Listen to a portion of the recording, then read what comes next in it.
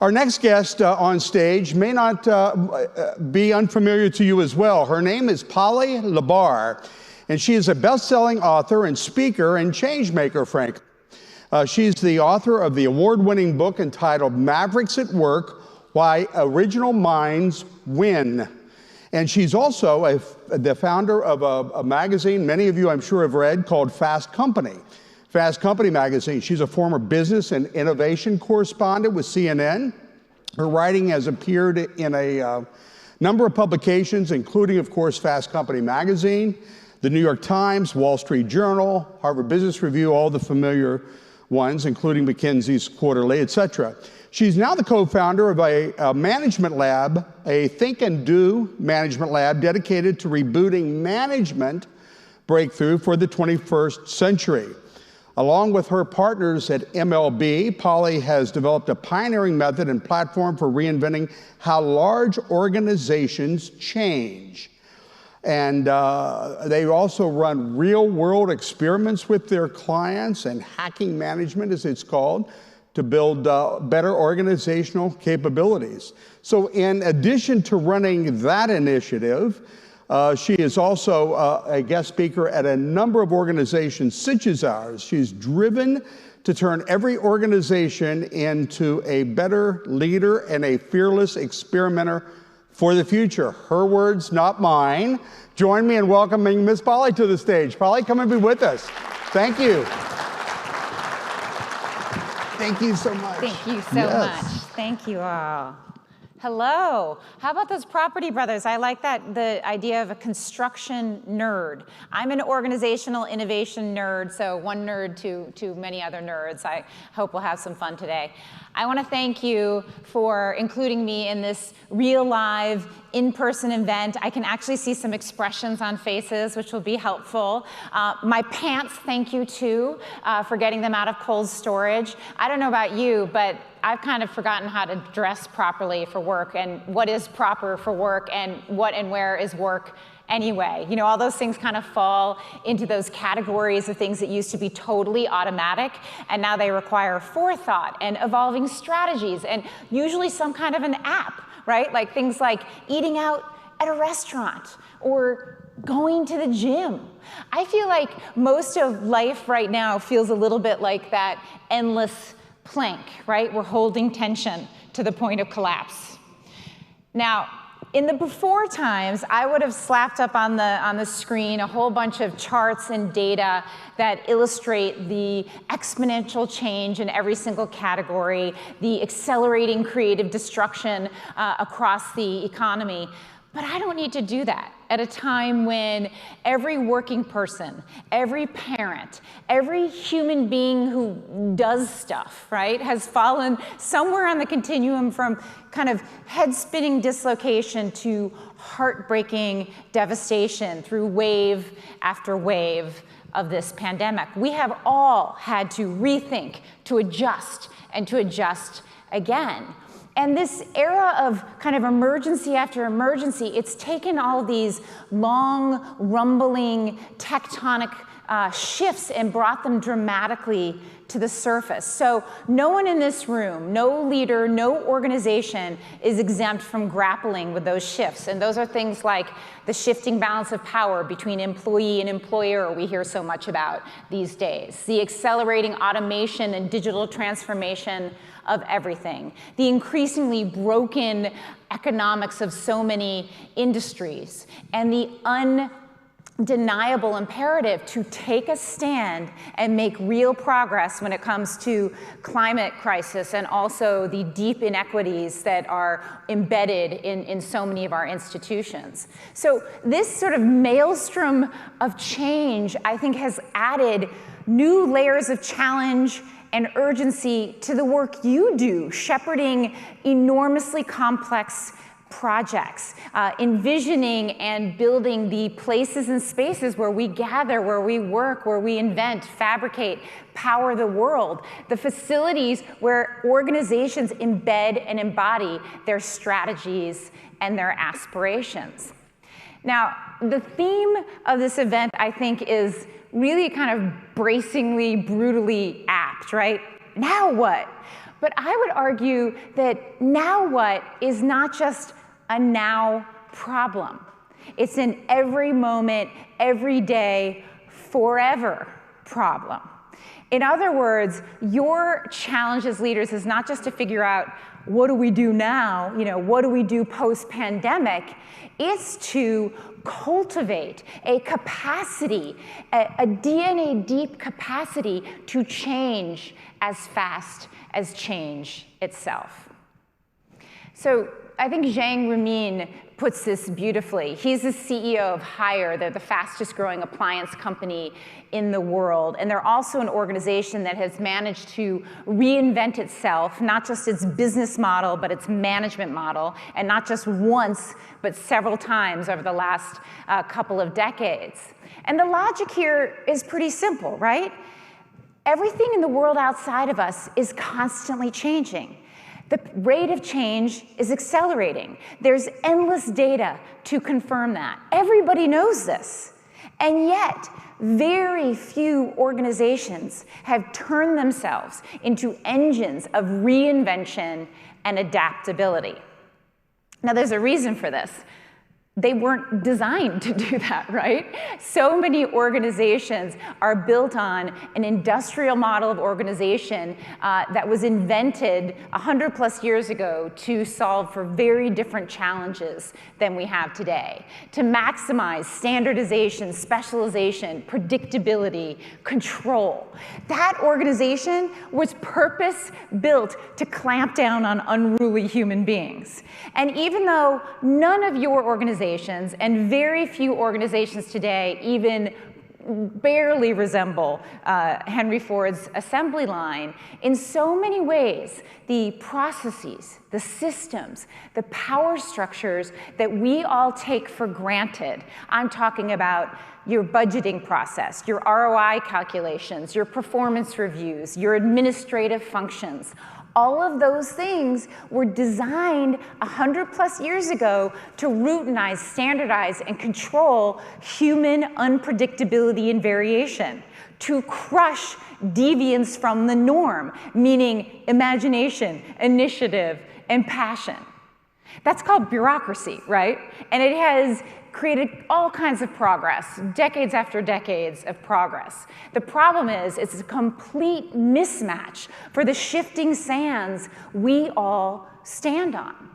And there's a very real and natural and human instinct in times of crisis and great change to clamp down, to optimize, to streamline, to control risks. But the organizations that thrive amidst great disruption and change are not the ones with the most perfect controls. They're the ones that have figured out how do you operate with the most freedom. It's not the ones with the most conforming and compliant and obedient people, but those with the most committed, creative, and contrarian people that flourish. In a very real way, your organization's capacity to adapt and invent is a function of your ability to unleash the full ingenuity, audacity, resourcefulness, curiosity, artistry, passion of all the people in your midst. So what does that mean practically? How do you unleash all of that humanity and ingenuity and all of its glorious diversity and unruly energy without losing the big picture, without losing focus and control and the coordination you need to perform and produce? Well, I'd like to spend the rest of the time I have with you today helping you kind of thread that needle, laying out some powerful and I think practical strategies for strengthening your organizations and your own capacity to continually adapt and invent. So let's dive in. Now, I don't know about you, but it's very clear to me that the era of the all-knowing, all-powerful, heroic leader has come to an end. You know, especially in these times where everything is on the table and everything is on the line, where almost all of our closely held beliefs are undergoing kind of a reckoning. The idea that any single individual or group of individuals have all or most of the answers and have all or most of the power is glaringly obsolete. 25 years ago, when I was just a child, when we started Fast Company magazine, we called this guy white man facing right. You know that guy. You've seen him on the cover of Business. You might be that guy. But look, the face of leadership, mercifully, is evolving, and it's been evolving dramatically, and it needs to keep evolving.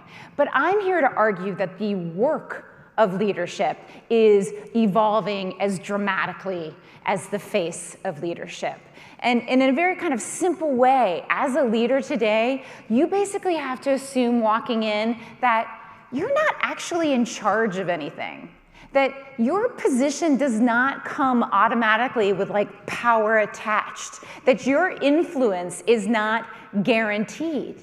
But if you can take that as your starting point, and I know it's kind of a hard memo to get, but if you can take that as your starting point, and you can still inspire people and mobilize them to do great things together, well, you're on the leadership path. Let me unpack that a little bit more. So today, the most vibrant, the most innovative organizations operate according to a very different set of design rules. They are places where people invent their own job, design their own career, where every single idea gets a hearing no matter where it comes from, where the challenging ideas and the challenging people who tend to have them, those are celebrated and accepted, where your power is a product of what you contribute, not where you sit, where values rule, peers regulate, and nobody bosses, where everyone is equipped to own, to create, to lead, and where nobody is as smart as everybody. No singular authority can trump the collective wisdom. These principles and principles like them are on the march, and they become ever more urgent and important with all the shifts of the last couple of years. And I will also tell you, and you probably have noticed this, they are woven into the DNA of the next generation of leaders and workers. Now, I've seen this at play in my travels over the last couple of decades, where I've been discovering and learning from the principles and practices of organizations that have managed to really dramatically expand and embed autonomy, transparency, democracy, community into the DNA of their organizations in order to generate all kinds of productivity, performance, innovation, engagement, and adaptability effects. It's a pretty interesting group of organizations out there, I think, in the vanguard, and I want to give you a quick whistle-stop tour of a couple. So Svenska Handelsbanken is a 150-year-old Stockholm-based publicly traded bank. They have about 620 branches across Northern Europe and the UK. They have 12,000 associates in 25 countries and just 3 layers of management. The mantra there is the branch is the bank. And even as they evolve to meet the demands of a digital age and what their customers want in terms of mobile and digital, that is still the operating reality. So here's how it works. Every local branch has its own P&L and is basically its own business. They have access to the books and all the real-time granular performance data they need in order to make decisions. Branches make decisions about what loans to offer and on what terms. They make decisions about pricing on loans and deposit. They figure out their operational plan and what their offering mix is going to be. And they do all their own hiring, staffing, salary setting, and on and on. Now, one really interesting aspect of Handelsbanken's devolved model of power is that the central support functions, they have really skinny down versions of IT, finance, legal. They have to offer their wares via an internal marketplace where representatives from the branches get to say, you better go back to the drawing board, or they haggle over price, or they ask for a certain tweak. And it's a really interesting market-based edge-in model that keeps everybody's eye on customer needs, emerging signals, and keeps costs really very low. So while branches are not ruled by any kind of top-down policy or top-down rule set, they are guided by one simple shared goal. And the goal of everyone in the bank is to get higher ROE than their competitive set. And they've done this year in and year out for 50 years running. There are no sales or activity targets. There are no bonuses. They're not even formal budgets, all to avoid incentives they don't want to have out there in the system and to keep the system maximizing flexibility to roll with all the changes in the world outside. They pursue this goal by being laser focused on two levers, and those are simply building deeply satisfying, enduring relationships with their customers and keeping costs obsessively low. Now, this is reinforced by another regulatory mechanism, which is widely and deeply shared norms and values. And these are all written up in a slim volume they call Our Way. Everyone in the bank has sort of a dog-eared copy of this on their desk, and it puts forth a really humanistic view, which is that we have an unshakable belief in people and in their desire and their ability to do good things well. And this booklet, again, has no rules, no policies, a few sort of guardrails and principles, contrarian ideas like customers should always come before profit. The last line of the booklet is simply, we trust you. Isn't that beautiful? So many, nearly all of Handelsbanken's practices run counter to conventional banking wisdom, and yet they outperform conventional banks when it comes to profits, when it comes to loan losses, when it comes to customer loyalty and customer satisfaction, and when it comes to employee engagement and loyalty year in and year out. Okay, let's head over to China and have another view of one of these organizations. So as I mentioned, Haier is the biggest player in the appliance industry in the world. They recently bought GE Appliances, European companies, and are making a really incredible splash. They are an 80,000 person radically flat organization with just, again, two levels between the CEO and the front lines. The organization is slivered into 4,000 self-organizing micro-enterprises. Those are basically, again, entrepreneurial units. They have their own P&L, their own decision-making authority, and those employee entrepreneurs have total discretion on, for instance, do they want to contract internally for services like manufacturing and R&D and design, or do they want to find outside partners? And the company is equally embracing of both. In fact, their mantra is, the world is Haier's R&D department.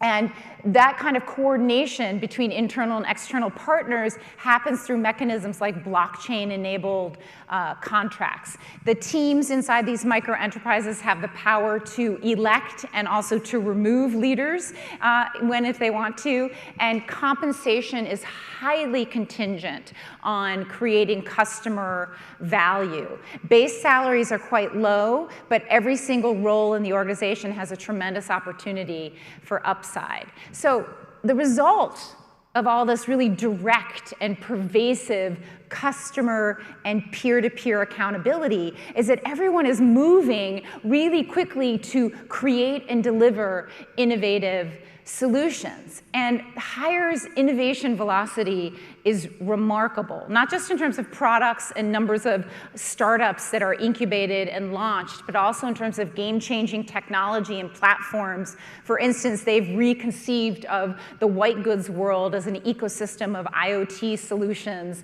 and are really changing the game on that level. During the pandemic, the flexibility of this approach was demonstrated when they were able to get back online, to start manufacturing, to fulfill customer orders faster than any other Chinese manufacturer.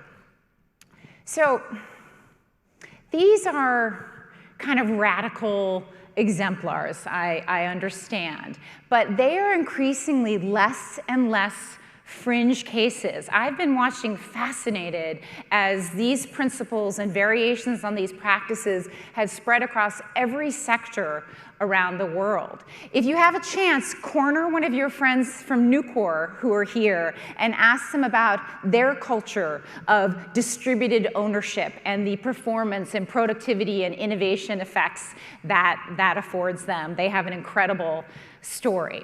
But the core takeaway that I want to leave you with is that each of these organizations in their own way has a fundamental faith in the human beings who do the work and in their inherent potential, their unique potential, right?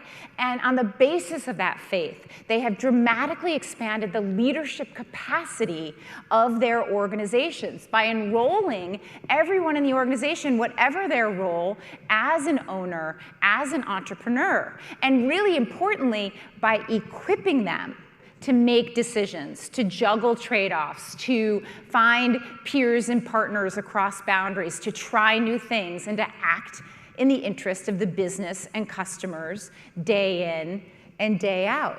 So the result of expanding individual responsibility is enlarging organizational responsibility. These cultures are thick with initiative and accountability, where people really do believe it's their responsibility to change things for the better wherever they see the opportunity.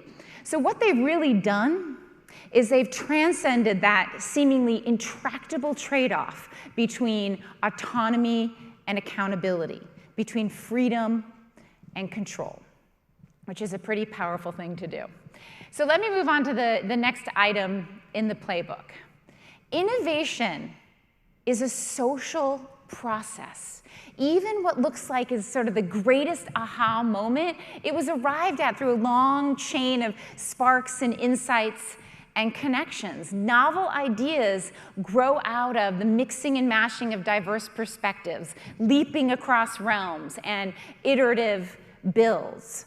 More and more, the work of leadership is about involving people, not directing, not visioning, not planning, but figuring out how to involve people, how to create friction-free mechanisms for the sharing of ideas, how to build on people's work in progress, how to leap over those organizational boundaries that tend to blind people to white space opportunities. The job of the leader today is to be a kind of social architect, an architect of architecture of collaboration. A leader that I've gotten to know over the years who I think kind of instinctively gets this more than most is a guy named Jim Lavoie. So Jim is the founder of Right Solutions. It's a 20-year-old software company that makes complex systems for the Department of Defense, emergency first responders, and the back office of casinos. And Jim is a self-described refugee from big defense. He spent most of his career as an exec running huge pieces of big defense contractors.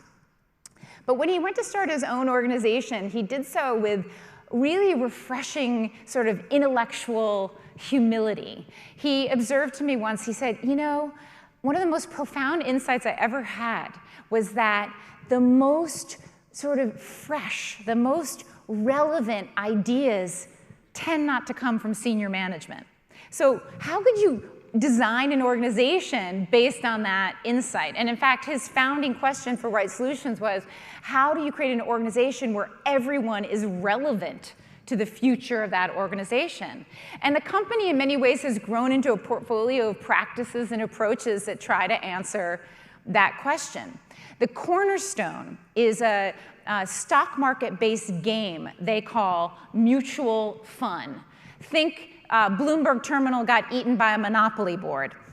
And the idea here is that the players don't trade stocks, they float, develop, and build portfolios of ideas. This is not the slickest platform in the world. It might be the least slick platform in the world, but I'm showing you intentionally a really early iteration of it to tell you that as simple and as playful as it was incredibly and immediately and profoundly productive for the organization. So here's how it works. Everyone in the organization gets $10,000 of opinion money. Anyone can fill out sort of a template and become a registered intellectual capitalist. If you have an idea you want to float, you write up an expect us, and then you can list your idea on the SPASDAC or the Dow Jones. You're getting a sense of their goofy personality as a company. That's their personality. Every stock gets a ticker and a symbol and its own page and a description. An algorithm dynamically determines the value of stocks, portfolios, and the leaderboard of players. Really interestingly, you don't just sort of trade and build portfolios, but you can also volunteer to help your colleagues build and develop their own ideas. This is a list of what they call budget items, and they're things like, does anyone have 20 hours to do some research, or can I get someone to do 80 hours of coding on this particular project? And not surprisingly, people sort of walk with their feet and pick the ideas they think are most promising. Now, any idea that breaks into the top 20 on mutual fund gets a pot of money and a set of resources to test and further develop the idea. And when an idea actually sort of breaks into the real world and saves the company money or makes the company money, the team behind it gets to share in those rewards with bonuses and equity. So mutual fund very quickly, almost immediately, became the conversation inside the organization, a kind of heat map of where all of these brilliant people inside this company thought the future was. And I just want to share a couple takeaways that I think are really relevant when it comes to what you all are charged with doing in many ways, which is scaling collaboration around all the projects you work on. So the first thought is, what you see depends very much on how and where you look. And in times of constant change, it's really important to continuously pressure test your well-developed point of view. And a great way to do that is to unfurl the welcome mat for kind of edge cases, ideas that might seem wild or weird or contrarian or even dissenting. So an example from mutual fund, two young guys in the IT department who were also big gamers had this thought that, hey, the Xbox sort of immersive experience might be something that would work really well in the realm of emergency decision making. And they ginned up an idea to kind of transform how they supported emergency decision making in that whole world, put it up on mutual fund. Their colleagues swarmed it. It became one of the most popular ideas ever. It ultimately became a suite of offerings and solutions called Right View, which now account for 20% of the company's revenues. Now that's a rare blockbuster. But the point is, Jim said, that's an idea. Not only would I never have thought of it, I definitely would not have greenlit it through traditional decision-making and capital budgeting approaches. The corollary here is that sometimes the most powerful ideas come from the most unlikely places. And innovation in so many organizations, it's kind of like a charisma contest, right? It's intimidating for people who aren't the designated, creative, and strategic thinkers. A market-based mechanism like mutual fund is apolitical. It's a safe channel for the quiet genius, the sort of eclectic voices to speak up. So you surface a real diversity of ideas and voices.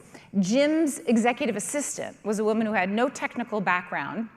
She was observing as the company was working on a bingo algorithm for one of their casino clients.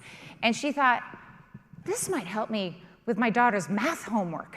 And that was literally her idea. She slapped it up on mutual fund, and again, her colleagues kind of glommed on, and they developed it into an application that Hasbro licensed for millions of dollars. And she shared in those proceeds. Finally, mutual fund is not just an engine for generating ideas. It's actually a platform for collectively refining and prioritizing ideas. It's become a forum for an emergent strategic conversation. It's also become a market for talent because individuals are kind of dynamically defining what they want to work on and with whom, and everyone in the organization is getting a chance to enlarge the creative and the strategic content of their jobs. I know everyone's sort of obsessed with new hybrid work arrangements and wages, and those are all really important issues, but I think some of these fundamental principles about meaning and responsibility and what people want to contribute at work, you'll see in these organizations the sort of not just the innovative and the productivity effects, but the engagement and the loyalty effects are very strong. Okay, well, you might be saying to yourself, well, when it comes to sort of a relatively young, nimble, high-tech company, scaling collaboration like that is sort of an easy thing to do. What about far larger, infinitely more complex endeavors? Well, why don't we take a quick look at one of the most complicated things ever built, the Large Hadron Collider, and more specifically, the ATLAS project, which is one of two general-purpose detectors that form part of the LHC. This is a particle detector that was built to uncover the deepest secrets of the universe, things like searching for the Higgs boson by replicating the effects of the Big Bang and looking at the impact of that. Launched in 1992, ATLAS has 5,500 members from 180 institutions across 41 countries, and that team built one of the most complicated machines ever built on Earth. It's a particle detector that's 46 meters long, 25 meters high, 7,000 tons, 10 million parts, all assembled 100 meters underground beneath this quaint little Swiss village. So the organizational challenge here was immense. On the one hand, how do you allow for all of the diversity and local autonomy and radical creativity that's required when you're tackling new to the world problems? And how do you do that and still exert, again, the coordination and control and discipline required to make it all work together? As Marzio Nessi told us, he's the experimental physicist who's been involved in the coordination of ATLAS and its related projects since the beginning. He said, we found ourselves at the limit of human knowledge. We had to explore what we didn't know. And translate that to a project, that means there's no lab, there's no nation, there's no institution that is equipped to approach this on its own. It means they are dealing with completely new R&D. It means they have to invent the supporting technology continuously while they're in the midst of pursuing the project. So they started doing this by essentially putting a query out to the scientific community and saying, who can help? And once they'd assembled about a 4,000-person core team of scientists and experts who were arrayed against hundreds of activities and sub-projects, they developed a really surprisingly lightweight governance model. So the basic features of it are simply, there are no bosses, there's no overseeing body. There are just 3 coordinators and 1 spokesperson who gets elected by the participants every 2 years. Every subsystem has its own board. That board is comprised of all the scientists who are working on that particular aspect of the problem. When a conflict arises, the opposing parties debate their stance in front of their colleagues, and the colleagues then vote on which path they want to follow forward. When an issue arises that's sort of cross-system, a working group, an ad hoc working group will temporarily arise and deal with that. A collaboration board deals with all the big decisions and the integration efforts, and that board has a representative from every institution involved in the project, and every decision requires a 2/3 majority vote. So they're just some aspects of their governance, but the key regulatory mechanisms for everything Atlas does today and did to create the actual particle detector are simple: peer review and openness. So any piece of work, any output that is created by the collaborators gets shared with all of the members, rigorously reviewed, and then published publicly. The scientific network and the Atlas Project produces a scientific paper at the rate of 1 a week, and they've been doing that for decades now. They have never filed any patents. They are actively trying to build ecosystems of innovation around all their breakthrough innovation. It's an amazing story. You know, one of the largest scientific collaborations ever, conducted one of the most complex construction projects ever, and brought it all in on time and within budget. And by the way, they also discovered the Higgs boson along the way in 2012, one of the most important scientific discoveries in the last 50 years. Now, you may be thinking, you know, you're not in the business of uncovering the mechanism that created mass and the universe as we know it. But in many ways, I think the project is the same in the sense that your complex endeavors require a real dose of audacity. They require a real dose of inventiveness and agility and initiative and especially collegiality. And I think that requires redefining your company, your organization as a community of high impact, highly connected contributors. And scaffolding up this kind of architecture of contribution and collaboration, it puts everybody on the same page. It makes the most important work in progress a shared asset. It accelerates learning, it amplifies voice, it deepens a sense of belonging. And really importantly, it tends to redraw your boundaries. It opens you up to new ideas, new insights, new approaches, wherever they come from. It closes the gap between sense and respond, and thus closes the distance between you and the future.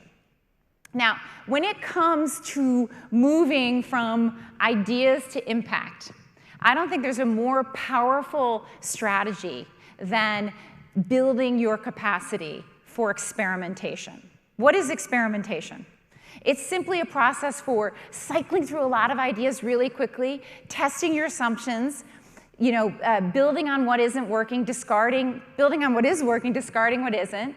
It's a strategy for really quickly and really cheaply generating a lot of options and deepening your insight. There isn't an organization out there that I've found that has embraced that logic as rigorously as Intuit, the $10 billion financial services software company. About 10 years ago, they were hitting their 25th anniversary, and they also thought they were kind of hitting that dreaded sort of maturity plateau where all their innovation dynamism seemed to be flattening out. Scott Cook, the founder and then chairman, thought the culprit was sort of creeping bureaucracy and found to him the sort of toxic enemy was the big company approach to making decisions. He called it the 3 Ps: politics, PowerPoint, and persuasion. A deadly, deadly disease. I'm sure you don't have that in your organization. So he and his then CEO, Brad Smith, set out to flip the script. And they decided to make decision by experimentation a way of life inside Intuit. Today, that is both a mindset and a methodology that everyone inside the organization is trained in. They call it design for delight, and there are a whole portfolio of practices and methods associated with it. But let me just sort of unpack the core pillar of how this works. So if you want to get something started at Intuit, you hold what's called a pain storm. And that's basically sort of like a 2 to 3 week exercise in spending time with customers where they live and work, understanding their pain points and their needs. Within 2 weeks of holding this pain storm, you hold something called a soul jam, a solution jam. And the idea there is to come up with as many solutions as possible to those pain points you've uncovered, and then to converge really quickly on a subset that you might want to test and learn more about. Within 2 weeks of the soul jam, you hold a code jam. The idea there is to produce something tangible. It could be a piece of code, but it could also be a prototype or a storyboard or an enactment, anything tangible that you could get into the hands of customers in order to get feedback. Now, this is not rocket science. This is just their proprietary blend of design thinking meets the scientific method. The point is, you have to get away from that standard big company way of getting things started, that linear process where you spend all your time planning and perfecting and getting your ducks in a row and figuring out the funding, right, and selling your idea and falling in love with your idea before you even do anything. And to move toward the faster-paced loop of experimental progress where you are forced to stop thinking about what you're going to do and do something in order to learn and develop your idea. So this approach has yielded a wave of customer-centric innovation at Intuit. Everything from an app where you can file your taxes in a few clicks, which beat out Angry Birds in the App Store within the first week of being put up there. A wonderful service for Indian farmers called Fazil, which empowers them with all kinds of real-time information about markets and the weather. Real live CPAs in your TurboTax app, and on and on. And more than just customer-facing experimentation, this process has yielded real benefits when it comes to rethinking their management processes and systems. When the new head of HR came in, she had a report slapped on her desk saying, here's our new performance management system, you just need to sign off on this. And she said, whoa, whoa, whoa, no way. We've got to put this through the same experimental process. And not surprisingly, when it got tested by the customers, the employees, they sent it back with lots of feedback. And so now their performance management system is one that has been co-designed and developed with the employees through this process. The point is, Intuit runs thousands of experiments like this every single year. And everyone in the organization, from junior employee all the way up to the top executives, knows that they need to prove out their ideas through this process. Even the really big deal ideas, as Scott Cook puts it here. And today, Intuit is a place where 13,000 people are deeply connected to customer needs and market signals, and they're equipped to turn all that empathy and all that insight into innovative solutions at a really rapid pace. Remarkably, Intuit keeps enlarging the percentage of its revenues that come from things that didn't exist just 2 or 3 years prior. So most organizations spend a tremendous amount of resources and energy and time vetting really big bets, but almost no time at all considering all the little bets that are emerging from everywhere. And that's because those little bets, those little experiments tend to be kind of seemingly wasteful, uncertain, have a high failure rate, all the things associated with the experimentation process. But the irony is, those really spectacular big bets tend to fail spectacularly at a very high rate. Whereas developing a capacity for low-cost, rapid experimentation, it lowers your risk. It helps you generate more options more quickly and strengthen your capacity to adapt. All too often inside organizations, we dismiss ideas because, ooh, they're too wild, they're too daunting, they're too weird. Experimentation helps build a bridge from, this is crazy, to this might be doable.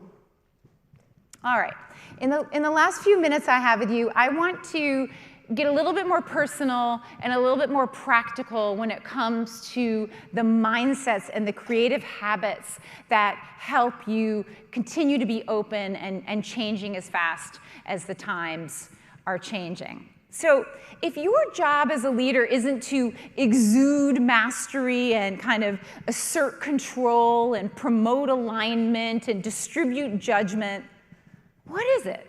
What's the job of a leader in a disruptive, creative environment?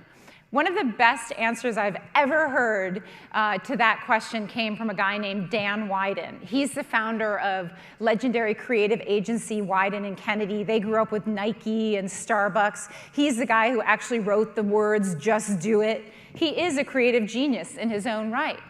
But he said, you know, I think the job of a leader in a context of change and disruption is just this: to walk in stupid every day. I love that. Very refreshing to hear from a CEO. But what he meant was, instead of walking in full of all the things you know, what if you walked in open and curious and humble about all the things you have to learn, and especially the things that you have to unlearn? Now, I think this is really easier said than done when you've reached any kind of mastery in your life and your career. So let me leave you with two really powerful, really accessible strategies for doing just that. So this might seem a little weird. Frequent the fringe. What do I mean by that? Well, all change, by definition, is against the rules. Creativity is fundamentally subversive in nature. Inventing the new is an active rebellion against the status quo, against conformance and compliance with ruling beliefs and rules and policies. Here's the thing. The more accomplished you get, the more seasoned you get in your career, the farther and farther and farther away you get from the fringe, that kind of funky front edge where all new things emerge, whether you're talking about tech or entertainment or design or healthcare or whatever it is. You get buffered from all of that action. And it's on you to kind of close the gap, to create a first-person experience with the future. And you do that by honing your ability to look deeply and observe deeply, by unfurling that welcome mat to new and dissenting ideas, by seeking out subversive elements, or at least the kind of outlier elements and the outlier ideas. Now, you don't have to go to Burning Man every year in order to find the fringe, but you do have to get really intentional about hanging out in places where you just might be surprised by what's changing, by hanging out with people whose experiences, whose life, whose worldview does not replicate your own, who will probably challenge your beliefs and your prejudices rather than confirm them. And again, this is really hard to do because we are in our communities, we're in our industries, we're in our ruts as grown-up human beings. So one quick suggestion, you could take a page from Intuit, which is so serious about changing as fast as change and creating that capacity that they've been sending out kind of scouting parties to the future for the last several years. And this is what they do. Just before the pandemic, they did one of these where they got 70 of their execs and they arranged them into small teams and basically challenged them to go investigate and go on kind of a learning journey to understand one of 8 future-bending discontinuities. At the time, that was AI and blockchain, how kids under 10 are using technology, the metaverse, whatever it is. And in the process of exploring this, they discovered 12 other themes they realized were really important for Intuit's future to investigate. And they did that through 500 pain storms, as I described before, hanging out with customers and people experiencing these issues, 200 first-person interviews with entrepreneurs and experts who really understood the issue, and over 100 experiments that they rolled out across several countries. Now, this was not just about coming up with new ideas. It became this kind of emergent sort of strategy creation exercise. And what I would just say here, what I would leave you with here is that this is a really high return, low friction, low cost kind of activity. But I'm always astonished by how few leaders actively seek out this kind of an encounter with the future. All right, let me move on to my final and what I think is the most powerful strategy when it comes to learning as fast as the world is changing. And it's simply this: ask more questions than you give answers. Why? Why does inquiry beat certainty every single time?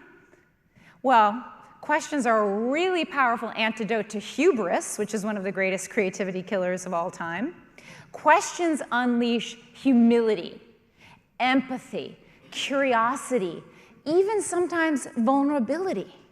And in a world of expanding complexity and constant change, someone who is open with questions is going to attract more perspectives, enlist more help, surface more possibilities than someone who's closed down by certainty.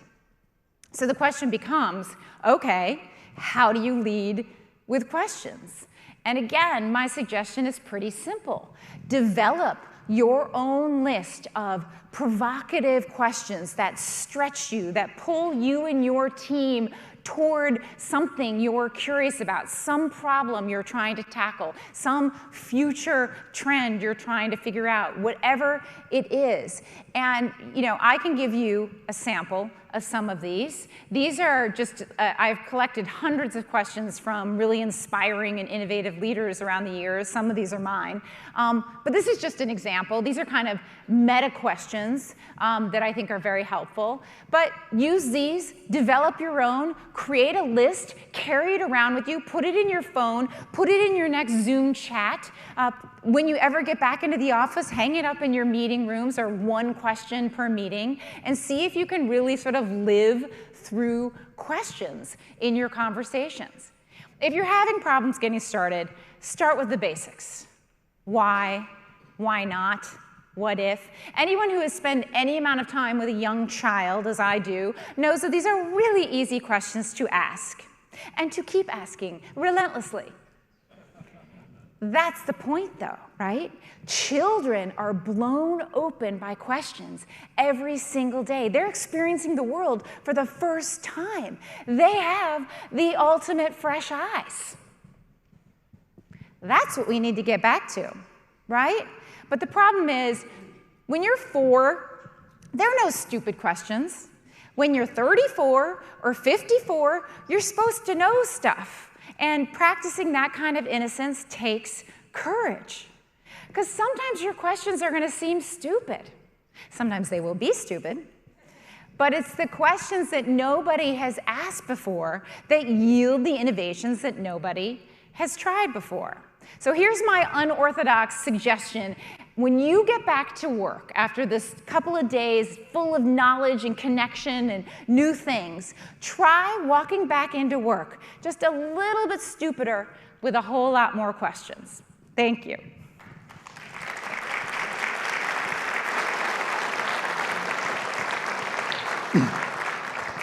Speaking of a whole lot more questions, we have some time for just that thing right there. And the way to ask those questions is certainly on your app. I have about a half a dozen right now.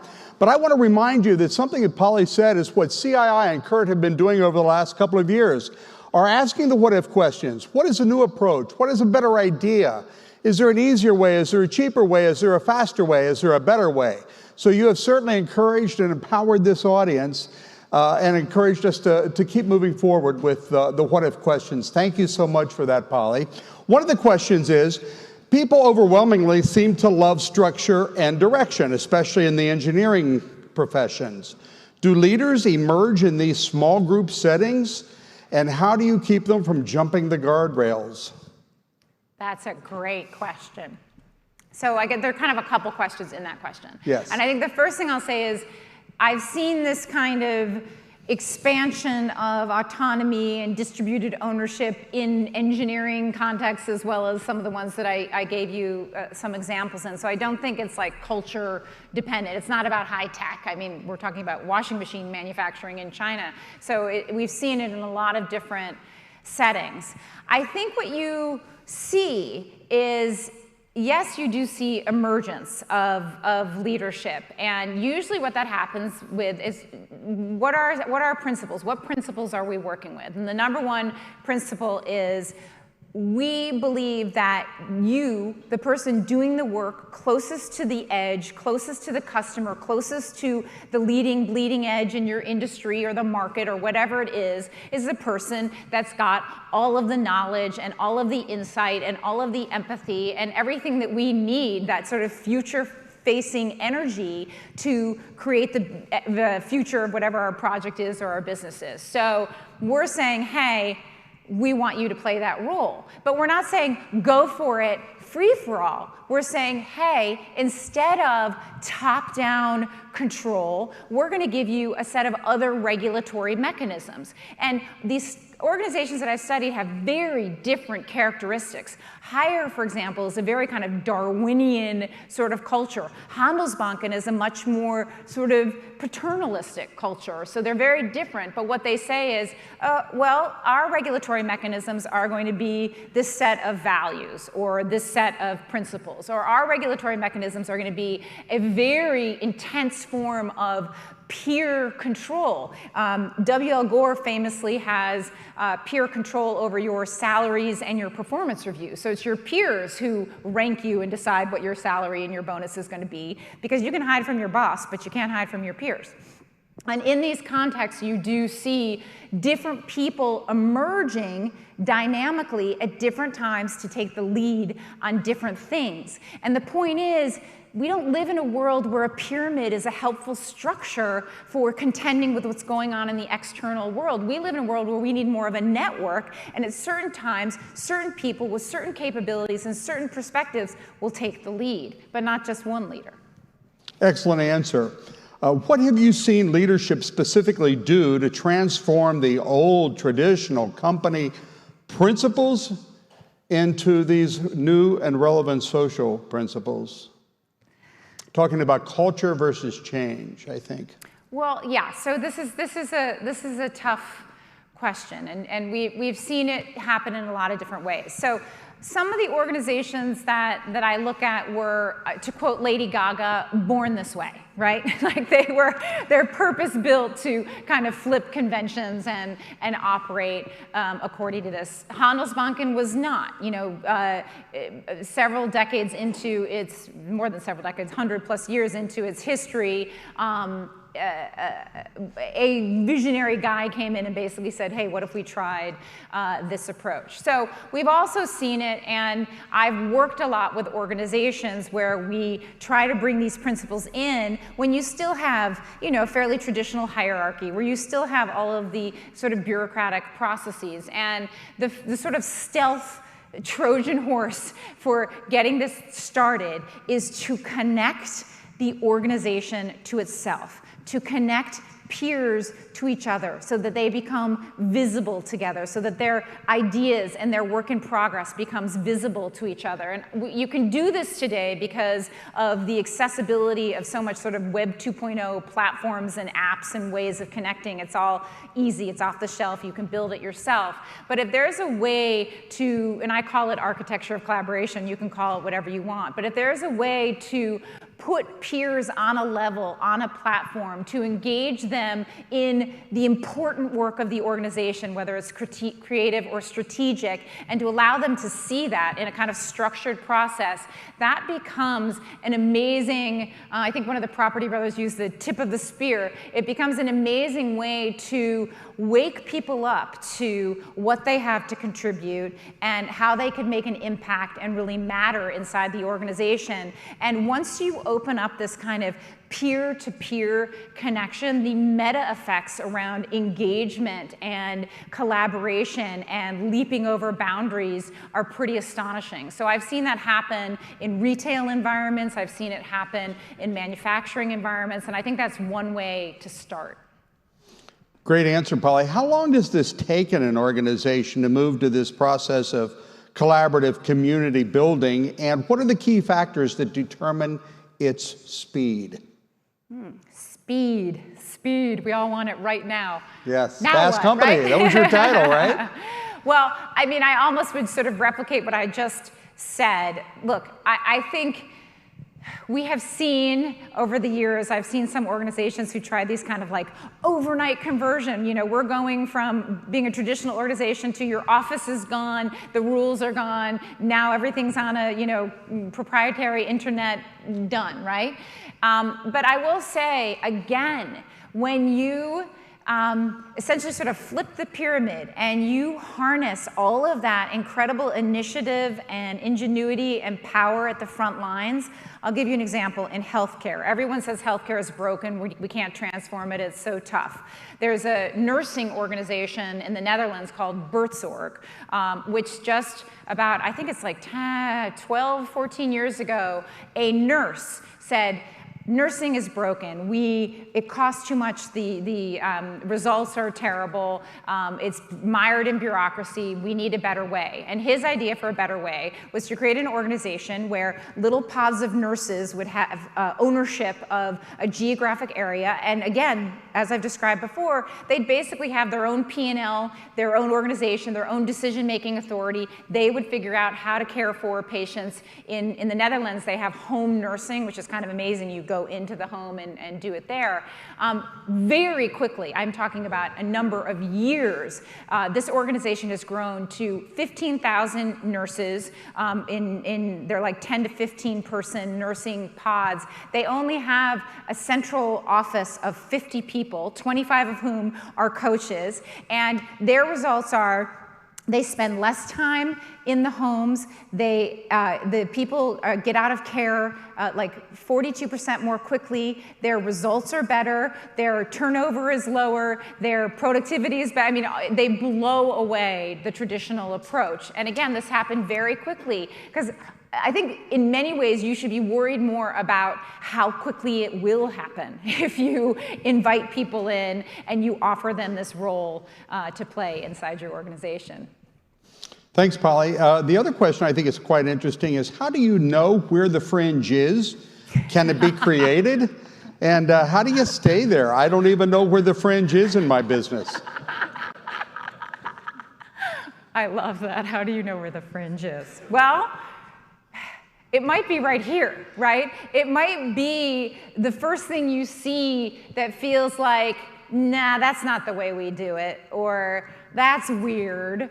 You know, so there are ways of detecting it, but I think what you're asking is, how do you find it? How do you go and search for it? And what I was offering up to you are just a few in a whole arsenal of activities that probably feel wholly unnatural to you in terms of what your day-to-day is, whether it's, you know, going out in search of, you know, essentially designing your own learning journey. I think this is a fantastic hack, which is, what's an issue in your business or for your organization that you really have to figure out that's on the horizon, whether it has to do with technology or it has to do with design or it has to do with some kind of management issue? Make your own learning journey. Get your notebook out. Write down 20 questions you have about that issue. Figure out all of the exports, the books, the exhibits, the events, the sources where you might learn something about that. Create an itinerary. Spend 2 to 4 weeks pursuing that, 2 hours a day. I don't know, you figure it out, right? And then at the end of that time, figure out what you've learned, synthesize it, share it with 5 colleagues, and keep going. These are the kinds of things where you sort of have to actively seek out the fringe. It is not going to come to you. Again, you could go to Burning Man, but I think that's a different kind of fringe, and it probably wouldn't help you with your job. We're running over just a minute or two, but I'm going to ask you to indulge us in one final question, maybe two, and that is, in your experience from the creation of Fast Company magazine, what was your most valuable takeaway from your experience? At Fast Company? Oh, gosh, that's a good one. I mean, Fast Company for us was more than a magazine. It was a moment. It was creating community. It was trying to flip a lot of the conversation. Can I have 2? I'm going to say 2. Please, go right ahead, of course. The first thing was, So a lot of business magazines at the time, they were about the biggest companies or the richest people, like big L leaders. And what we set out to do was to write about the people who do the work and be as kind of personal and connected to that as possible. And that just sort of opened up the richest pathway into the world of work and organizations and innovation that I'm still on today, and all of the connections in the universe and the hunger of people in the working world for that was just phenomenal. I'd say the second thing is we basically backed into creating the world's first social network. It was called Community of Friends, really cute, and it was self-organized by our fanatical readers who would show up at our events with Fast Company swag that they had invented, they had created themselves, it was like a Marxist organization. There were 150 cells in cities around the world, and they would meet and read the magazine, and they would write us, and they would tell us what they thought and how we should change things. And it was this amazing kind of conversation that we only helped along by creating a couple web pages. This was like late 90s web, so not so great. And just not getting in their way and giving them a place at our events. And the impact was amazing in terms of the kind of feedback loop that was created with our community. So I learned a lot with that as well. Great, and let's give it up for Polly. Wasn't that inspirational, insightful, intriguing? Thank you so much. Thank you.